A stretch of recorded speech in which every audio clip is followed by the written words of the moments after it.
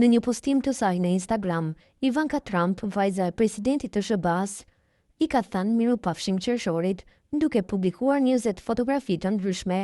Mes fotove të shkrepura nga udhtimi, dy spikasin sepse janë në Vlorë.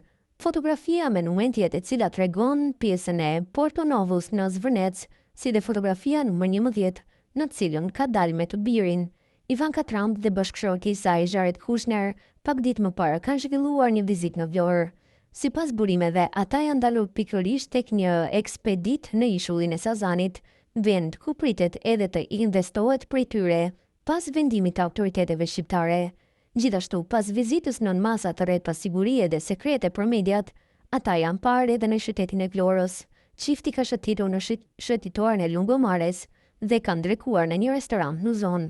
Në fotografinë që kanë shkrepur në bregdetin e Vlorës, çifti shfaqet në praninë e një prej kuzhinierëve që është edhe administratori i një subjekti në Lungomare. Vizita e çiftit vjen në kohën kur mediat ndërkombëtare kanë rikthyer vëmendjen mbi projektin e paralajmëruar nga Kushner për ndërtimin e një resorti ultra luksos në ishullin e Sazanit, projekti me një vlerë të parashikuar investimi prej 1.4 miliardë eurosh, synon ndërtimin e një marine turistike, rezidencash elitare, zonë gastronomike dhe akomodim në një sipërfaqe prej 45 hektarësh. Sazani ish bazë ushtarake me 562 hektar, është nxjerrë tashmë nga përdorimi ushtarak në dhjetor të vitit të kaluar, duke hapur rrugën për zhvillimin turistik të zonës. Shqipëria synon të pozicionohet si një destinacion për turizmin elitar si prioritet i radhës, shkruar revista prestigjioze Travel and Tour World, që thot se vendi ynë po shkon drejt një faze të re zhvillimi.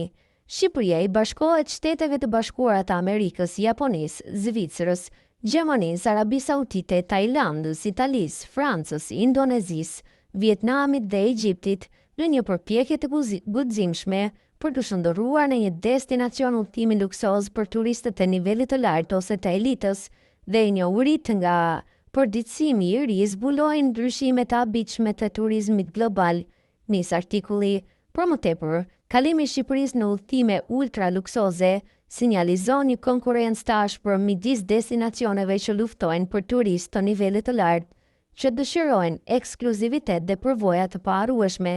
Shqipëria është gati të shkëlqejë midis gjigantëve të udhtimeve ultra luksoze dhe turistët e nivelit të lartë kudo po ndjekin nga afër për të marrë informacione nga përditësimi i ri, vijon artikulli. Erërat e ndryshimit po fryjnë përtej Adriatikut, Shqipëria ka bërë një hap të guximshëm në botën e turizmit luksoz, duke u bërë zyrtarisht partnere në projektin turistik prej 1.4 miliard dollarësh të Jared Kushner, i cili është gati ta transformojë ishullin e Sazanit nga një relike e sekretit komunist në një vend pushim të shkëlqyer udhtimesh luksoze. Ky veprim e vendos Shqipërinë drejt për drejt në qendër të vëmendjes së turizmit global, duke sinjalizuar ambicie shumë më të mëdha se imazhi i saj tradicional i vijave të ashpra bregdetare dhe pushimeve të përballueshme në plazh.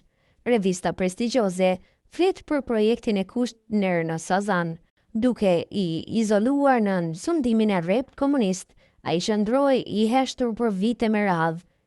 Strukturat e tij ushtarake të braktisura që jehonin histori sekreti dhe izolimi, megjithatë kjo heshtje po merr fund, projekti i Jared Kushner planifikon të fshijë ato mbetje të së kaluarës, duke zëvendësuar ato me një vizion gjithëpërfshirës të marinave, rezidenca luksoze, hotele me peshyje dhe restorante të klasit botror. Vetëm rreth 8% e ishullit do të zhvillohet, duke ruajtur një atmosferë ekskluziviteti, duke ruajtur njëkohësisht pjesën më të madhe të bukurisë së tij natyrore. Ndërkohë, qeveria e Shqipërisë ka ndërhyrë e vendosur të mos vazhdojë vetëm nga anët. Ajo ka krijuar kompani shtetërore të zhvillimit dhe pasurive të patundshme të Shqipërisë për të mbajtur një pjesë të aksioneve në këtë sipërmarrje monumentale. Ky veprim siguron që Shqipëria të sigurojë si përfitime ekonomike ashtu edhe fuqi vendimarrëse në një projekt që pritet të ripërcaktojë peizazhin e saj turistik.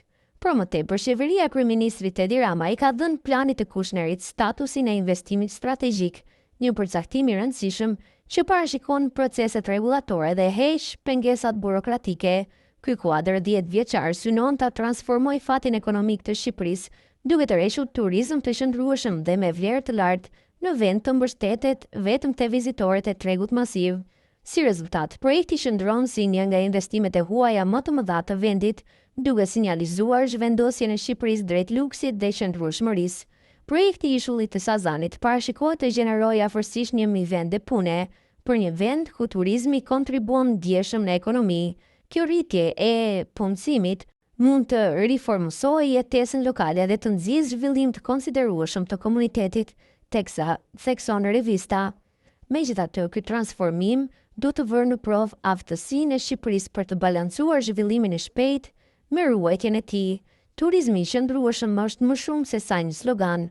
Ai kërkon planifikim të kujdesshëm për të mbrojtur ekosistemin dhe të trashëgimisë kulturore duke ofruar njëkohësisht përvoja të shkëlqyera.